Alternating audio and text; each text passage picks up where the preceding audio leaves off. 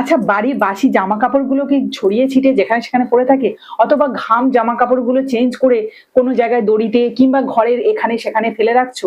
এতে করে দেখতে সত্যি খুবই বাজে লাগে। তবে হ্যাঁ, ঘরে যদি একটা সাইডে সুন্দর করে রাখা যায়, সেই প্রসেসটা যদি খুব সহজে করে নেওয়া যায়, তাহলে দারুণ হয় না ব্যাপারটা? সেটা কি জানতে চাও বা দেখতে চাও কি? তাহলে কিন্তু স্কিপ না করে সম্পূর্ণ ভিডিওটা দেখতে হবে। তো এর জন্য আমার দুটো জিনিস লাগবে। এক হলো এরকম একটা টুল। অনেকের বাড়িতে কিন্তু এরকম ভাঙা টুল বা খারাপ টুল পড়ে থাকে এখানে সেখানে, যেটাকে ফেলে দিতে চাইছো সেটাকে কিন্তু আর ফেলো না, এরকম আমার মতো কিন্তু কাজে লাগিয়ে নিতে পারো। তো আমি একটা টুল নিয়ে নিয়েছি, আর তার সাথে নিয়েছি একটা গেঞ্জি। এরকম কিন্তু গেঞ্জি প্রত্যেকের বাড়িতেই থাকে। তো এই গেঞ্জিটাই কিন্তু সুন্দর করে এখানে লাগাবো। কিভাবে লাগাচ্ছি দেখে নাও। দেখো, গেঞ্জিটাকে আমি এইভাবে ফাঁকা করলাম, মানে যেভাবে গেঞ্জি পরা হয় ঠিক তেমন ভাবে। এই যে এটাকে কিন্তু পরিয়ে নেব। প্রথমে আমি এইভাবে দিচ্ছি। খুবই সহজ, কিন্তু কিন্তু দেখতে সত্যি সুন্দর লাগে। বাড়িতে এক সাইডে যদি রাখা হয়, দারুণ ভাবে কিন্তু সমস্ত জিনিস যেমন থাকবে তেমন দেখতেও ভালো লাগবে। দেখো, এই যে এইভাবেই নিয়ে নিলাম। এবার এটাকে উল্টে দেব।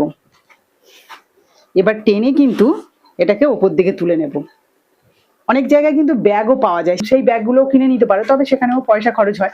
এগুলো বাড়িতে থাকা জিনিস দিয়ে কিন্তু সহজে তৈরি করে নেওয়া যায়, কোনো রকম অসুবিধাও হয় না। তো দেখো, একটু টেনে এটাকে কিন্তু আমি এই যে টুলের একদম এই প্রান্ত পর্যন্ত নিয়ে চলে আসবো। এই দেখো, ঠিক একইভাবে এদিকটাও নিয়ে নেব, এদিকটাও একইভাবে তুলে নেব। খুবই সহজ, খুব সময় কম লাগে এটাকে তৈরি করতে। এই দেখো, এবার যে হাতটা এই যে রয়েছে না, এটাকে এর মধ্যে ঢুকিয়ে দাও। একইভাবে এদিকটাও আমি ঢুকিয়ে দেবো। ব্যাস, দেখো কত সুন্দর একটা বাস্কেট মতো তৈরি হয়ে গেছে না? দেখতেও দারুণ লাগছে। এটা যদি একটা বাড়ির কর্নারে রাখা হয়, দেখতে যেমন সুন্দর লাগবে তেমনই কিন্তু সমস্ত জামা কাপড় এর মধ্যে রাখতে পারো। দেখো, আমরা কিন্তু বেশিরভাগ সময় সারাদিনে জামা কাপড় একটা জায়গায় ফেলে রাখি এবং সকালবেলা সেটাকে কাচাকুচি করি। তো সেটা যদি যেখানে সেখানে ফেলে না রেখে এরকম ভাবে বাস্কেটের মধ্যে রাখা যায়, তাহলে কিন্তু সেটা খুব সুন্দর হয়। মানে জামা কাপড়গুলো যেটায় সেটায় পড়ে থাকে এবং কাচার সময়ও সহজে খুঁজে পাওয়া যায়। তো দেখো, এর মধ্যে আমি কয়েকটা জামা কাপড় আমার এই যে এখানেই পড়ে রয়েছে হাতের কাছে, তো এগুলোকে আমি এইভাবে রাখবো। দেখো, এইসব জামা কাপড়গুলো সব ভরে দিচ্ছি। এই দেখো, আরো ধরবে। বাড়িতে বাচ্চারা থাকলে মেনলি সমস্যা হয় যে ওরা যখন খেলাধুলো করে গায়ে ঘাম হয়, বিশেষ করে এই গরমের সময় অনেক জামা কাপড় চেঞ্জ করতে হয়। সেই সব জামা কাপড়গুলো কিন্তু এইভাবে এর মধ্যে ভরে রাখলে খুবই ভালো লাগবে। মানে বাস্কেটটা সত্যি আমার তো ভীষণ কাজের।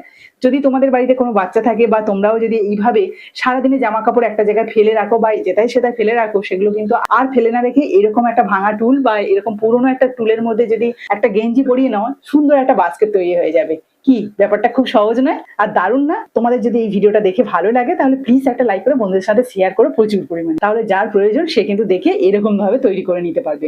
তো চলো, আজকের মতো টাটা।